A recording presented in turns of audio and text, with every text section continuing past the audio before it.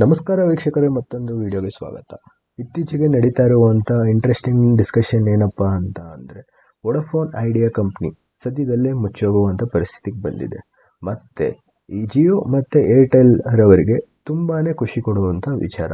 ಇವೆರಡರ ಹಿನ್ನೆಲೆ ನಮಗೆ ಗ್ರಾಹಕರಿಗೆ ಏನಪ್ಪ ಆಗ್ಬೋದು ಅಂತಂದರೆ, ಇವಾಗ ನಮಗೆ ಸಿಗ್ತಾ ಇರುವಂಥ 200 ರೂಪಾಯಿ ಅಂದರೆ ಕಡಿಮೆ ಬೆಲೆಯ ರೀಚಾರ್ಜ್ ಪ್ಲ್ಯಾನ್ಗಳು ಏನಿದೆ ಅಲ್ವಾ ಜಿಯೋ ಮತ್ತು ಏರ್ಟೆಲ್ ಕಡೆಯಿಂದ, ಸೊ ಅದು ಸದ್ಯದಲ್ಲೇ ಅದರ ದರಗಳು ಏರಿಕೆ ಆಗುವ ಸಾಧ್ಯತೆ ತುಂಬಾ ಇದೆ.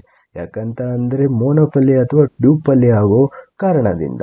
ಸೊ ಹೆಚ್ಚಿನ ಮಾಹಿತಿಯನ್ನು ವಿಡಿಯೋದಲ್ಲಿ ಕೊಡ್ತೀನಿ. ವಿಡಿಯೋವನ್ನು ಸಂಪೂರ್ಣವಾಗಿ ನೋಡಿ. ನನ್ನ ಚಾನಲ್ಗೆ ಹೊಸದಾಗಿ ಬಂದಿರೋ ಸಬ್ಸ್ಕ್ರೈಬ್ ಮಾಡಿ, ಸಪೋರ್ಟ್ ಮಾಡಿ.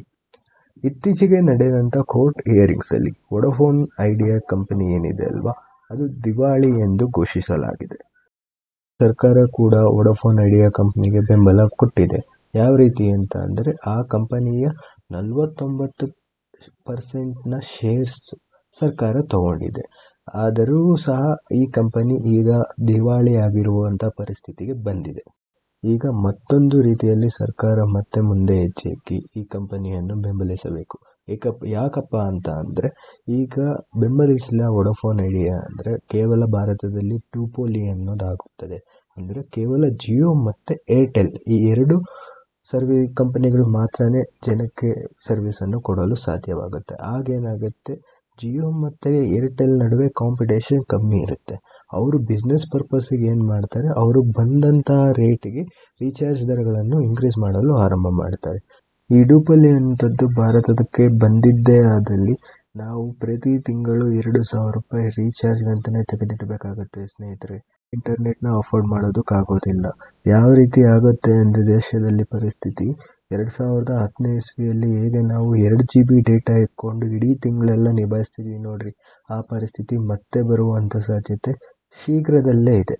ಸರ್ಕಾರ ಬೆಂಬಲದ ಮಾರ್ಗವಾಗಿ ವೋಡಾಫೋನ್ ಐಡಿಯಾ ಕಂಪ್ನಿಗೆ 2 ವರ್ಷ ಕಾಲಾವಕಾಶ ಕೊಟ್ಟಿದೆ.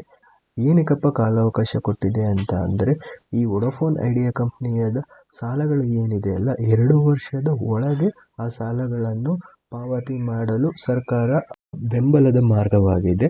ಮತ್ತು ಈ ವೋಡಾಫೋನ್ ಐಡಿಯಾ ಇನ್ನೂ ಸ್ಥಗಿತಗೊಂಡಿಲ್ಲ, ನಿತ್ಯ ಬೆಳೆಯುತ್ತಲೇ ಇದೆ. ಬೆಂಗಳೂರು, ಮುಂಬೈ, ಚಂಡೀಗಢ ಈಗಾಗಲೇ 5G ಲಾಂಚ್ ಆಗಿದೆ ಕೂಡ. ನಿಧಾನವಾಗಿ ದೇಶವ್ಯಾಪ್ತಿ 5G ರೋಲ್ಔಟ್ ಆಗುತ್ತೆ ಕೂಡ. ಮತ್ತು 4G ಕೂಡ ಅನೇಕ ಸ್ಥಳದಲ್ಲಿ ಅನ್ಲಿಮಿಟೆಡ್ ಕೂಡ ಆಗಿದೆ. ಈ ಕಾರಣದಿಂದಾಗಿ 5G ಕೂಡ ಅಡ್ವಾನ್ಸ್ಮೆಂಟ್ ಆಗುತ್ತೆ. ಇದು ಇವತ್ತಿನ ಮಾಹಿತಿ ಈ ವಿಡಿಯೋದಲ್ಲಿ. ಈ ವಿಡಿಯೋ ಇಷ್ಟ ಆಗಿದ್ದಲ್ಲಿ ಲೈಕ್ ಮಾಡಿ, ಶೇರ್ ಮಾಡಿ. ಕೊನೆಯವರೆಗೂ ನೋಡಿರೋದಕ್ಕೆ ಧನ್ಯವಾದಗಳು.